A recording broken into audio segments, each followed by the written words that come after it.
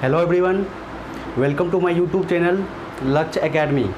Dear students, आज हम लोग क्लास 10th बायोलॉजी में लाइफ प्रोसेस का दूसरा सेगमेंट पढ़ने वाले हैं, जिसे हम लोग कहते हैं रेस्पायरेशन, दैट इज़ रेस्पायरेशन। तो चलिए शुरू करते हैं अपने इस टॉपिक को। हमारा जो टॉपिक है आज का वो है रेस्पायरेशन। ये एक इम्पॉर्टेंट लाइफ प्रोसेस है। जो हमने न्यूट्रिशन देखा, उसके बाद हमें क्या देखना है, रेस्पायरेशन देखना है। रेस्पिरेशन प्रोसेस करने का जो मुख्य उद्देश्य है, जो मेन प्रोसेस है, वो पर्पज़ है, वो क्या चीज़ है, रिलीज़ ऑफ एनर्जी को लेकर। जो भी हम लोग फूड खाते हैं, जो भी हम लोग फूड लेते हैं, उस फूड को ब्रेक डाउन करके उस फूड में मौजूद एनर्जी को एब्जॉर्ब करना ही क्या कहलाता है, रेस्पिरेशन कहलाता है। कहने का मतलब है, अगर हम फूड लेते हैं तो सिर्फ फूड खाने से ही एनर्जी नहीं आती है, बल्कि जो भी फूड हम खाते हैं उसके बाद एक इम्पॉर्टेंट प्रोसेस चलता है, एक बायोकेमिकल रिएक्शंस चलती है हमारे सेल्स में, हमारे बॉडी में, जिससे एनर्जी रिलीज़ होते हैं और उस एनर्जी का हम लोग यूज करते हैं अपने डिफरेंट वर्क्स के लिए। तो ये जो प्रोसेस है, एनर्जी प्रोड्यूसिंग वर्क्स जो है हमारे सेल्स में होने वाले, उसे ही हम लोग क्या कहते हैं, रेस्पिरेशन कहते हैं। कहने का मतलब सिंपल है कि इस रेस्पिरेशन से आप क्या समझते हैं, तो हम बोलेंगे इसका कि ये एक बायोकेमिकल प्रोसेस है। ये एक बायोकेमिकल प्रोसेस है, यानी लिविंग्स में होने वाली केमिकल रिएक्शंस है, ठीक है, जिसमें क्या होता है कि जो फूड मटेरियल्स हैं, ठीक है, जो फूड मटेरियल्स हैं, फूड मटेरियल्स में खास करके कार्बोहाइड्रेट्स की बात हो रही है। हम लोग जो फूड्स लेते हैं वो खास करके कार्बोहाइड्रेट्स के बारे में बात हो रही है, कार्बोहाइड्रेट्स ग्लूकोज के बारे में बात हो रही है, ठीक है। हालांकि फैट्स, प्रोटीन्स, इन सब के ऑक्सीडेशन करके भी एनर्जी रिलीज कराई जा सकती है। तो यहाँ पर फूड मटेरियल का क्या होना, ऑक्सीडेशन होना, ठीक है। इस फूड मटेरियल का क्या होता है, ऑक्सीडेशन होता है, जिसके बाद क्या होता है, एनर्जी रिलीज होती है। क्या होता है, एनर्जी रिलीज होती है। क्लियर है। इन द फॉर्म ऑफ एटीपी, किस फॉर्म में एनर्जी रिलीज होती है, बनती है, एटीपी की फॉर्म में एनर्जी रिलीज होती है, ठीक है। तो क्या कहा मैंने, what is respiration? Respiration is the process of breaking down of या oxidation of food materials into cells. कहाँ होता है, ये सेल्स में होता है, to release energy in the form of ATP, और उससे क्या होता है, एनर्जी रिलीज होता है एटीपी की फॉर्म में, ठीक है। अब इस ब्रेक डाउन के लिए, इस ऑक्सीडेशन के लिए, फूड मटेरियल के ऑक्सीडेशन के लिए हमें एक इम्पॉर्टेंट चीज़ की आवश्यकता होती है, जिसे हम लोग बोलते हैं ऑक्सीजन। तो हम लोग बोल सकते हैं यहाँ पर विथ और without the help of oxygen. Clear है। ऑक्सीडेशन की बात हो रही है, ऑक्सीडेशन की बात हो रही है, तो ऑक्सीजन एक इम्पॉर्टेंट रोल होता है ऑक्सीडेशन में। तो यहाँ पर जो फूड मटेरियल्स का ऑक्सीडेशन होगा, जिससे एनर्जी रिलीज होंगे, ये दो तरह से हो सकते हैं। अगर ऑक्सीजन मौजूद हो, in the presence of oxygen भी हो सकता है, और यदि कभी कभी ऑक्सीजन मौजूद नहीं हो, in the absence of oxygen, तब भी ये रेस्पिरेशन प्रोसेस होता है। लेकिन ज़्यादा जो जनरल वे है वो क्या है, with the help of oxygen. Clearly आपको समझ में आ गया। तो क्या क्या कहा मैंने कि रेस्पिरेशन में क्या क्या होता है, इस बात को समझिए। तो रेस्पिरेशन में जो फूड मटेरियल्स होते हैं उनका ब्रेक डाउन होता है, उनका ऑक्सीडेशन होता है। किस चीज़ की हेल्प से, तो ऑक्सीजन की हेल्प से भी हो सकता है और बिना ऑक्सीजन के भी हो सकता है। प्रोडक्ट क्या है, तो इसका जो प्रोडक्ट है वो एटीपी है, यानी कि एनर्जी का रिलीज होना इसका प्रोडक्ट है। और इसी एनर्जी से हम डिफरेंट वर्क्स कर पाते हैं, हमारे सेल्स में अलग अलग वर्क्स हो पाते हैं। क्लियर, समझ में आ गया आपको ये बात। चलिए, उसके बाद इसमें एक और चीज़ होता है कि कार्बन डाइऑक्साइड भी रिलीज होता है, ठीक है। कार्बन डाइऑक्साइड भी, गैस भी रिलीज होता है किस प्रोसेस में, तो रेस्पिरेशन प्रोसेस में। क्लियर हो गया आपको। चलिए, यही इसका क्या होता, सिंपल सी परिभाषा थी। इसके अलावा हम बोल सकते हैं कि रेस्पिरेशन जो है वो एंजाइमेटिकली कंट्रोल्ड प्रोसेस है। एंजाइमेटिकली कंट्रोल्ड प्रोसेस कहने का मतलब है कि रेस्पिरेशन करने के लिए कुछ खास तरह के एंजाइम्स की आवश्यकता होती है। Do you understand. चलिए, उसके बाद जो नेक्स्ट पॉइंट है रेस्पायरेशन के बारे में, वो क्या है कि रेस्पायरेशन जो है वो एक एक्सोथर्मिक प्रोसेस है, वो एक एक्सोथर्मिक प्रोसेस है, ठीक है, एंड कैटाबॉलिक प्रोसेस है, कैटाबॉलिक प्रोसेस है। अब एक्सोथर्मिक कहने का मतलब क्या है कि इस रेस्पिरेशन प्रोसेस में एनर्जी की इन्वॉल्वमेंट है, यानी एनर्जी का रिलीज होना यहाँ पर होता है। तो एनर्जी का रिलीज होना एक्सोथर्मिक प्रोसेस कहलाता है। और कैटाबॉलिक प्रोसेस कहने का मतलब है कि यहाँ पर जो कॉम्प्लेक्स फूड हैं वो सिंपल में बदलते हैं, ठीक है। तो होता क्या है, तो होता ये है कि जो ग्लूकोज है, जो कि एक कार्बोहाइड्रेट है जो हमने ग्रीन प्लांट से पाया, ये ग्लूकोज, ये कार्बोहाइड्रेट, इसका क्या होता है, ऑक्सीडेशन होता है with the help of oxygen. मैं यहाँ पर ले रहा हूँ, बट समटाइम्स बिना ऑक्सीजन के भी ये होता है। तो इसका जब ऑक्सीडेशन होता है तो यहाँ पर कार्बन डाइऑक्साइड रिलीज होते हैं, प्लस H2O रिलीज होते हैं, और प्लस यहाँ पर ATP एनर्जी रिलीज होती है। क्लियर समझ में आ रहा है आपको? चलिए इसको थोड़ा सा बैलेंस कर लिया जाए तो यहाँ पर 6 और यहाँ पर 6 आ जाएंगे। तो इस प्रोसेस में क्या हो रहा है भाई, इस प्रोसेस में जो है आपका ये ग्लूकोज जो है, ये ग्लूकोज है आपका, ये कार्बोहाइड्रेट है, ये ग्लूकोज है, इसका ऑक्सीडेशन हो रहा है with the help of oxygen, जिसके तत्पश्चात, जिसके कारण carbon dioxide, water and ATP energy release हो रही है, ठीक है। ये एक ऑक्सीडेशन प्रोसेस है, ये एक एक्सोथर्मिक प्रोसेस है, ये एक कैटाबॉलिक प्रोसेस है। कैटाबॉलिक क्यों है, ये कॉम्प्लेक्स फूड है और ये सभी सिंपल में चेंज हो रहे हैं। क्लियरली आपको समझ में आ गया होगा यहाँ से।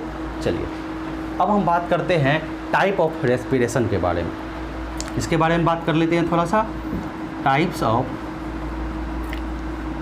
Respiration, types of respiration, types of respiration. Respiration आप लोग समझ गए, इसके टाइप्स को देख लेते हैं। तो देखिए मेनली यहाँ पर जो टाइप्स होता है रेस्पिरेशन का 2 बेसिस पर होता है, 2 बार हम देखेंगे इसके टाइप्स को। सबसे पहला यहाँ पर हम लोग देख लेते हैं क्या चीज़, तो एक होता है आपका एक्सटर्नल रेस्पिरेशन,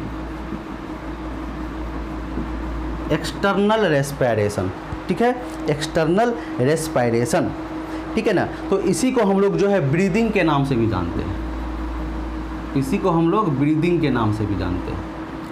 और दूसरा क्या होता है, तो दूसरा होता है internal respiration, internal respiration, internal respiration. और यही हमारा जो है रियल रेस्पिरेशन है। रियल जो रेस्पिरेशन जो हमारा टर्म है वो इसी से जुड़ा हुआ है, इंटरनल रेस्पिरेशन से जुड़ा हुआ है, ठीक है।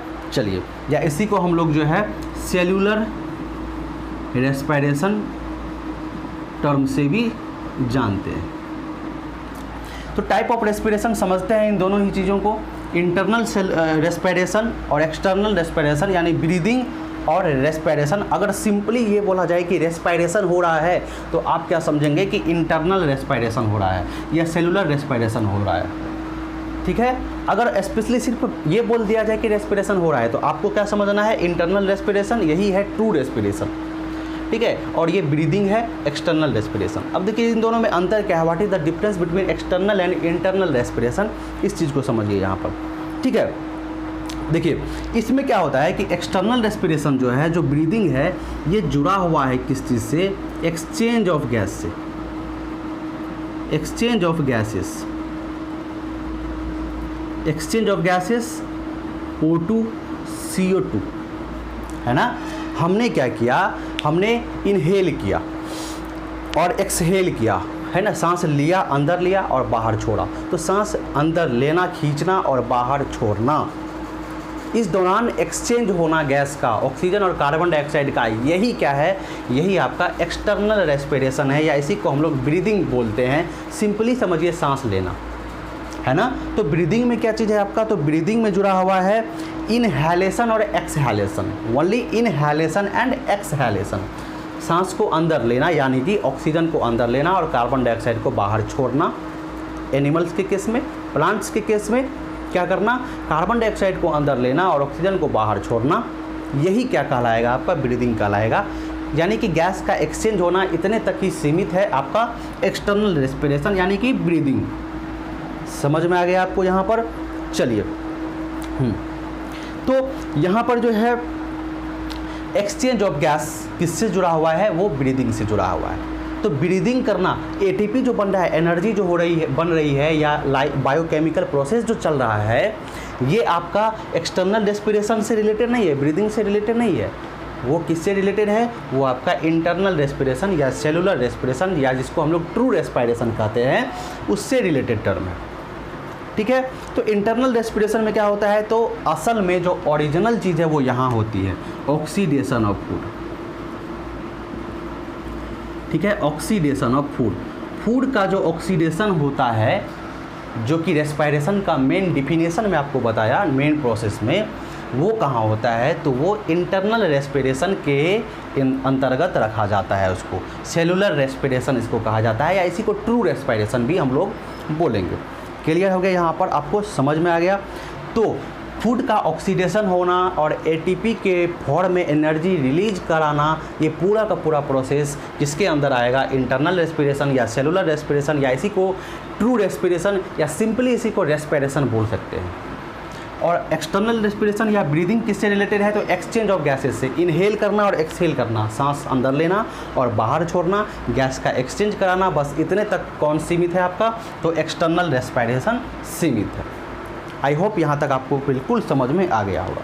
तो आपसे एक क्वेश्चन पूछा जा सकता है कि what is the difference between breathing and respiration. Breathing and respiration, simply बस ऐसा ही आपको दे दिया जाएगा कि ब्रीदिंग और रेस्पिरेशन में क्या अंतर है। या आपसे ये भी क्वेश्चन पूछ सकता है कि difference between external and internal respiration, external and internal respiration, बस इस तरह का क्वेश्चन आपको इससे पूछ सकता है। ठीक है, तो आपको समझ लेना है कि आप यहाँ पर क्या समझ रहे हैं कि एक्सचेंज ऑफ गैस मतलब ब्रीदिंग और ऑक्सीडेशन ऑफ फूड मतलब सेलुलर रेस्पिरेशन यानी कि रेस्पिरेशन। चलिए, यहाँ तक कंप्लीट हो गया, आप स्क्रीनशॉट ले सकते हैं। अब चलते हैं टाइप ऑफ रेस्पिरेशन का दूसरा पार्ट्स देखने वाले हैं हम यहाँ से। अब देखिए, यहाँ पर हमने क्या पढ़ा, हमने रेस्पिरेशन जो अभी देखा, रेस्पिरेशन या जिसको हम लोगों ने क्या कहा, इंटरनल रेस्पिरेशन,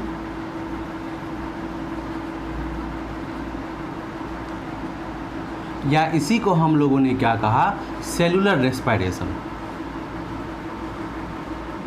सेलुलर रेस्पिरेशन, जितने भी नाम से आप पुकार लीजिए, सिर्फ रेस्पिरेशन बोल दीजिए, या आप इंटरनल रेस्पिरेशन बोलिए, या आप सेलुलर रेस्पिरेशन बोलिए, या आप ट्रू रेस्पिरेशन बोलिए, ये सभी के सभी एक ही चीज़ है।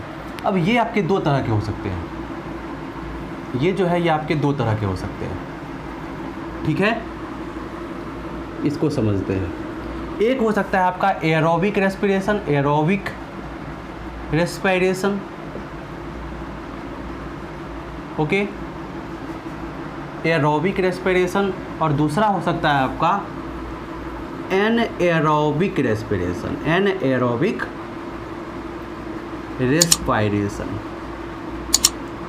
क्लियर है, एक हो सकता है एरोबिक और दूसरा हो सकता है एनएरोबिक रेस्पिरेशन। इन दोनों में क्या डिफरेंस है, इस चीज़ को आप समझिए। यहाँ पर देखिए, एरोबिक रेस्पिरेशन में क्या होगी कि ऑक्सीजन की आवश्यकता होगी।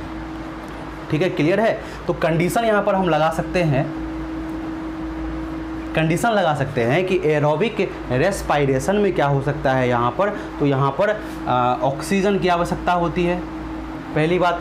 दूसरी बात, यहाँ पर माइटोकॉन्ड्रिया प्रेजेंट होना जरूरी है, माइटोकॉन्ड्रिया। ठीक है ना। जहाँ भी ऑक्सीजन के हेल्प से फूड का ब्रेक डाउन हो रहा होगा, यानी जहाँ एरोबिक रेस्पिरेशन हो रहा होगा, वहाँ पर हमको माइटोकॉन्ड्रिया की आवश्यकता होती है। सेल में माइटोकॉन्ड्रिया होना ही चाहिए। ठीक है, तो माइटोकॉन्ड्रिया के अंदर ही ये प्रोसेस होता है, इसीलिए। ठीक है, तो इसे हम क्या बोलेंगे, एरोबिक रेस्पिरेशन बोलेंगे। ठीक है, चलिए, तो एक तो ये हो गया आपका कंडीशन। तो यहाँ पर होता क्या है, यहाँ पर होता है आपका एरोबिक रेस्पिरेशन में क्या होता है, कंप्लीट ब्रेक डाउन होता है, complete break down of food, food का कंप्लीट ब्रेक डाउन होता है, जिसके कारण यहाँ पर बहुत ज़्यादा एनर्जी रिलीज होती है ना, बहुत ज़्यादा एनर्जी रिलीज होती है, large amount of large amount of energy is released, बहुत ज़्यादा मात्रा में यहाँ पर एनर्जी रिलीज होती है। एरोबिक रेस्पिरेशन ऑक्सीजन की हेल्प से होता है, माइटोकॉन्ड्रिया में होता है, यहाँ पर फूड का कंप्लीट ब्रेकडाउन होता है, ठीक है, और लार्ज अमाउंट ऑफ एनर्जी यहाँ पर क्या होता है, रिलीज़ होते हैं। समझ में आ गया आपको? चलिए, उसके बाद इसमें दो मेन प्रोसेस चलता है। एरोबिक रेस्पिरेशन में दो मेन प्रोसेस चलता है। एक प्रोसेस जो आपका होता है उसे हम लोग कहते हैं ग्लाइकोलाइसिस, ग्लाइकोलाइसिस, और दूसरा जो प्रोसेस चलता है जिसे हम लोग कहते हैं Krebs cycle, Krebs cycle. Clear है? चलिए, आपको 100% यहाँ पर समझ में आ गया होगा। क्लियर है ना? चलिए, अब हम बात करते हैं ये होता किस में है। एरोबिक रेस्पिरेशन का कुछ एग्जांपल बोलेंगे। तो जितने भी ऑर्गेनिज्म जिसमें एरोबिक रेस्पिरेशन होता है उन सभी को हम लोग क्या बोलेंगे, तो एरोबिक ऑर्गेनिज्म बोलेंगे, एरोबिक ऑर्गेनिज्म बोलेंगे। और ये हैं कौन सब, कौन कौन से एरोबिक ऑर्गेनिज्म होते हैं जो ऑक्सीजन की हेल्प से रेस्पिरेशन करते हैं, कंप्लीट ब्रेकडाउन करते हैं और लार्ज अमाउंट ऑफ एनर्जी अपने लिए बनाते हैं। तो वो सभी ऑर्गेनिज्म जो है वो हो जाएगा आपका, जितने भी क्या हो जाएंगे, आपके प्लांट्स हो जाएंगे। ठीक है, सबसे पहली तो प्लांट्स, जितने भी प्लांट्स हैं, प्लांट्स जो है वो एरोबिक ऑर्गेनिज्म है, ये एरोबिक रेस्पिरेशन करता है। इसके अलावा कुछ ब्लू ग्रीन एल्गी हैं, बीजी एल्गी, ब्लू ग्रीन एल्गी, जिसको हम लोग साइनोबैक्टीरिया कहते हैं। ठीक है, वो भी आपका क्या कर सकता है, एरोबिक रेस्पिरेशन कर सकता है। इसके अलावा जो है ईस्ट हैं, ईस्ट भी जो है वो एरोबिक रेस्पिरेशन कर सकता है। ये सभी आपके एरोबिक रेस्पिरेशन की बात हो गई। ठीक है, चलिए अब आते हैं हम लोग एनएरोबिक रेस्पिरेशन में। तो एनएरोबिक रेस्पिरेशन की जो कंडीशन है वो क्या है, तो यहाँ पर जो है ऑक्सीजन की आवश्यकता नहीं पड़ेगी। क्लियरली बात समझ में आई? तो ऑक्सीजन की आवश्यकता नहीं पड़ेगी, तो यहाँ पर माइटोकॉन्ड्रिया का भी कोई आवश्यकता नहीं है। ठीक है ना?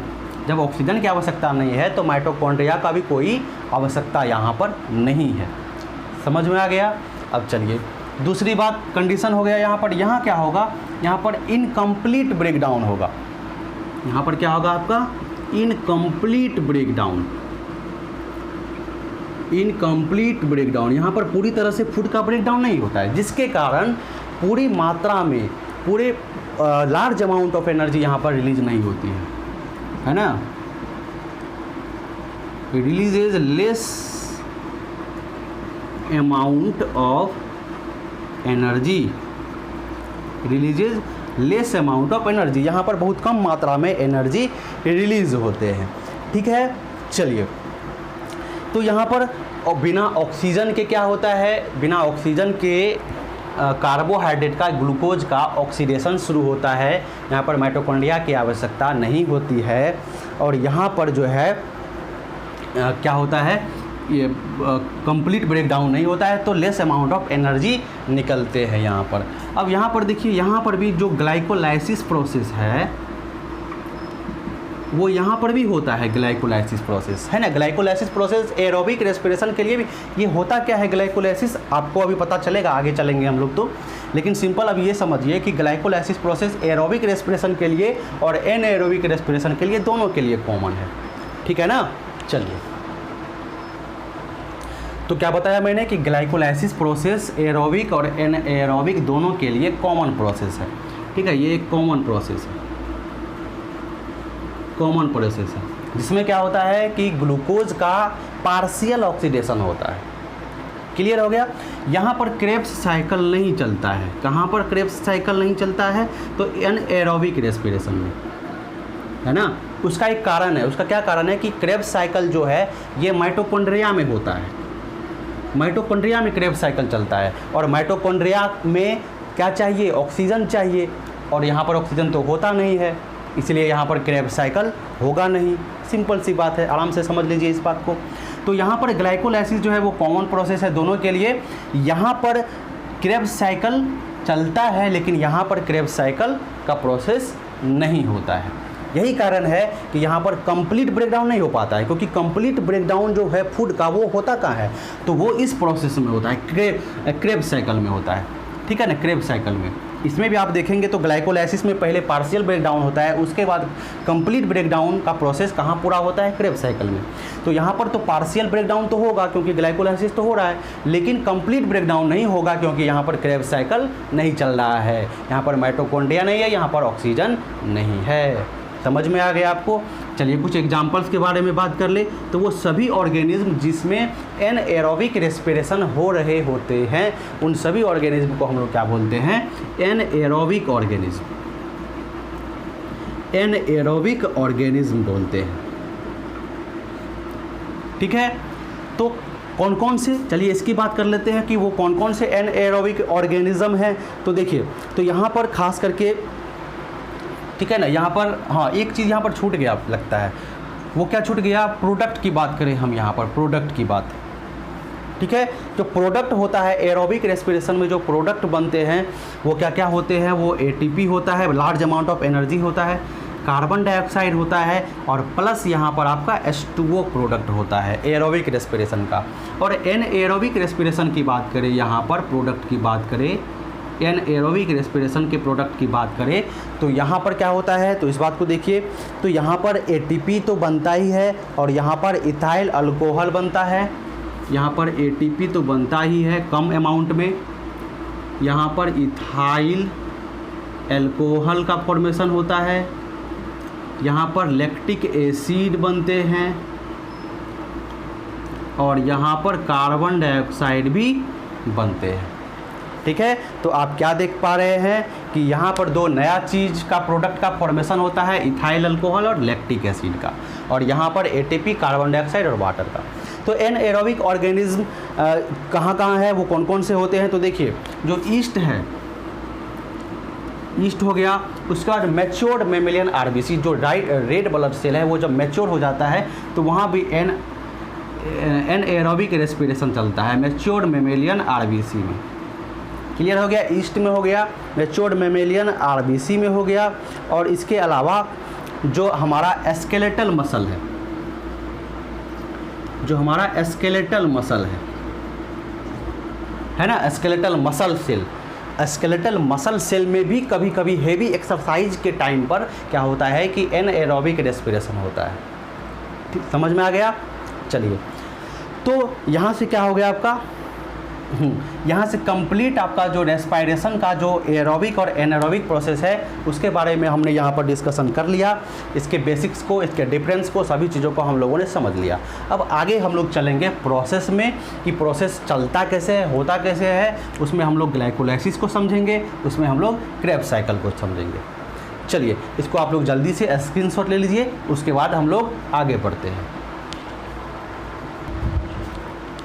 तो डियर स्टूडेंट्स, यहाँ तक इस टॉपिक में रेस्पिरेशन के पहले लेक्चर में आपने सीखा कि व्हाट इज़ रेस्पिरेशन, रेस्पिरेशन क्या होता है। ठीक है, रेस्पिरेशन के टाइप्स को आपने देखा, आपने इंटरनल रेस्पिरेशन, एक्सटर्नल रेस्पिरेशन यानी ब्रीदिंग और रेस्पिरेशन के बीच में डिफरेंस जाना, उसके बाद आपने एरोबिक और एनएरोबिक के बीच में डिफरेंस जाना। अगली क्लास में हम लोग पढ़ेंगे टाइप प्रोसेस ऑफ रेस्पिरेशन, यानी किस तरह से ये प्रोसेस चलता है, ग्लाइकोलाइसिस कैसे होता है, क्रेब्स साइकिल कैसे होता है, इन सब चीज़ों को समझेंगे। चलिए, वीडियो पसंद आया होगा तो लाइक करके चैनल को सब्सक्राइब जरूर कर लीजिएगा। थैंक यू, मिलते हैं हम लोग नेक्स्ट क्लास।